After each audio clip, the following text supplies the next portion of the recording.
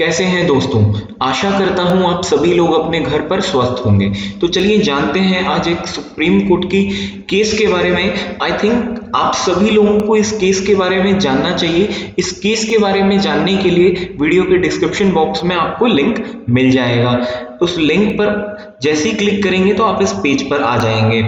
तो चलिए जानते हैं क्या है इस केस के अंदर। सबसे पहले आपको केस की हेडलाइन से समझ में आ रहा होगा कि will you marry her, supreme court asked to rape accused. ये एक रीसेंट केस है। चलिए जानते हैं, पढ़ते हैं क्या है इस केस में।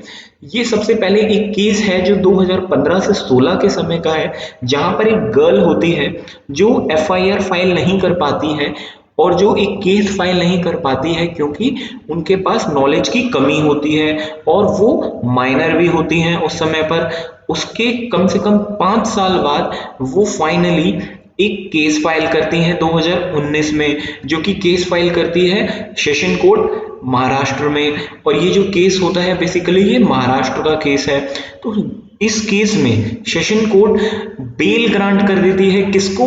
रेप एक्यूज्ड पर्सन को।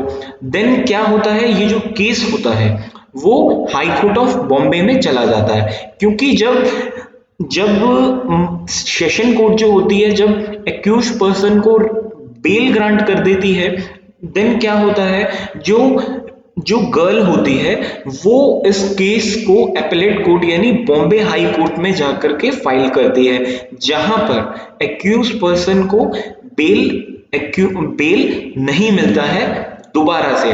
और जो हाई कोर्ट होती है सेशन कोर्ट के बेल को रिजेक्ट कर देती है। देन क्या होता है, एक्यूज पर्सन यानी जो दोषी आदमी होता है वो इस केस को सुप्रीम कोर्ट में जाकर के अप्रोच करता है।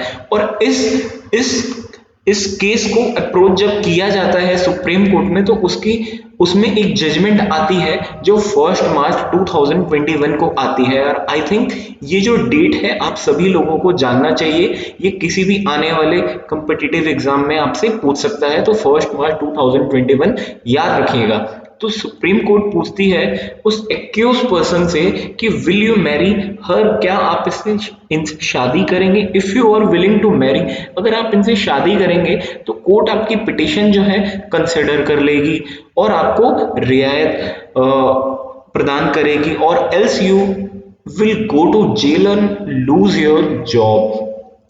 अथवा अगर आप इस लड़की से शादी नहीं करेंगे तो अदरवाइज इसके अपार्ट या तो आपको जेल भी भेजा जा सकता है और आपकी जॉब भी छूटी जा सकती है। तो इसके बाद क्या होता है जानते हैं। तो ये जो कोर्ट है कौन सी जॉब के बारे में बात कर रही है?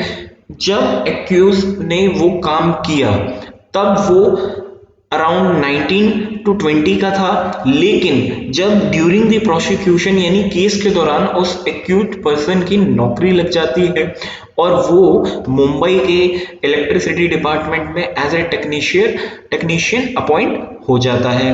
तो यानी जो एफआईआर लॉज जो होती है, बेसिकली जो एफआईआर लॉज जो होती है वो अंडर सेक्शन 376 यानी जो रेप का है आप सभी लोग जानते हैं, 417 एंड 506 अंडर आईपीसी के अंतर्गत होती है, और सेक्शन 4 एंड 12 ऑफ पॉस्कोज एक्ट यानी प्रोटेक्शन ऑफ चाइल्ड सेक्सुअल आप जानते ही हैं। तो फिर क्या होता है कि अब जो इस समय जो केस की जो स्थिति होती है, इस दौरान जो गर्ल है वो 18 प्लस हो जाती है। तो आइए जानते हैं, कुछ हाईलाइट पढ़ते हैं इस केस का कि क्या है इस केस के बारे में, कुछ समरी या हाईलाइट आप कुछ भी कह सकते हैं। तो एक समय होता है जब एक्यूज पर्सन एक स्टैम्प पेपर पर एक रिटन स्टेटमेंट पे फाइल करता है कि he will marry to that raped girl, यानी उस लड़की को कहा गया है कि वह उस लड़की से शादी करेगा। ये एक्यूज पर्सन एक समय पर स्टेटमेंट लिखता है एक स्टैम्प पेपर पर, और जब ये लड़की 18 की हो जाएगी तो एक्यूज पर्सन इससे शादी कर लेगा। तो यानी जब वो लड़की 18 की हो जाती है तो एक्यूज पर्सन अपनी प्रॉमिस से रिफ्यूज कर जाता है और वो उससे शादी भी नहीं करता है। और यहाँ पर चौंकाने वाली बात ये है कि वो अब ऑलरेडी मैरिड हो जाता है यानी शादी कर लेता है, और वो एक गवर्नमेंट सर्वेंट भी होता है।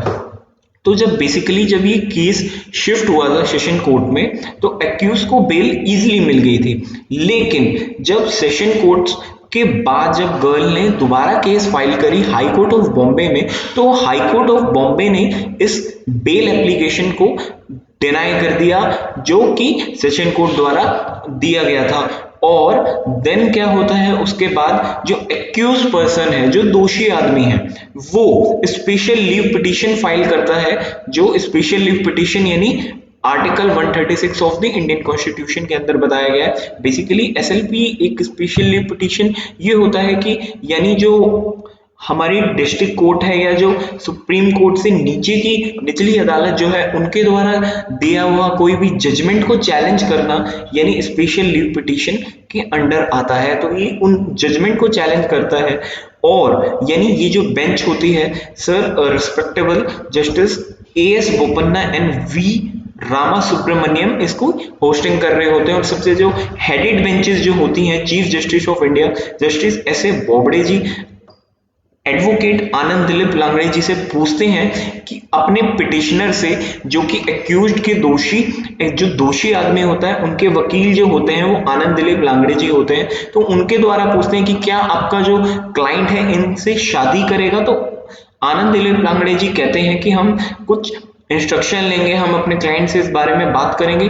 बेसिकली इसमें एक चीज भी हो सकती है कि क्लाइंट तो ऑलरेडी शादीशुदा होता है, तो देखिए क्या वो उनके एडवोकेट बाद में जवाब देते हैं जब भी तारीख आती है। लेकिन कोर्ट इस चीज में डिक्लाइन कर देती है, जो पिटिशनर की एसआई मतलब एसएलपी जो होती है उस चीज को डिक्लाइन कर देती है, उनकी पिटिशन को डिक्लाइन कर देती है। लेकिन उनको इस चीज में छूट देती है कि 4 हफ्ते के लिए यानी लगभग अप्रोक्सीमेटली 1 महीने के लिए उनको अरेस्ट नहीं किया जाएगा। तो सुप्रीम कोर्ट उनको इस बारे में इस चीज के लिए छूट देती है। तो आशा करता हूं आप सभी लोगों को ये जजमेंट इस केस के बारे में लगभग आप जान चुके होंगे। तो आशा करता हूं आप सभी लोगों को ये केस पसंद आया होगा। और अगर यह वीडियो पसंद आई हो तो प्लीज इसको लाइक करें, शेयर करें एंड सब्सक्राइब कीजिए। और आप हमारे टेलीग्राम चैनल से भी जुड़ सकते हैं। यहाँ पर मैं डेली लीगल जॉब्स के बारे में डिस्ट्रीब्यूशन इंफॉर्मेशन बांटता रहता हूं और उसके बारे में, और आप हमारे यूट्यूब चैनल पे भी आ सकते हैं और यूट्यूब चैनल में लेटेस्ट जॉब वैकेंसीज के बारे में जान सकते हैं। तो thank you for watching this video. Thank you once again.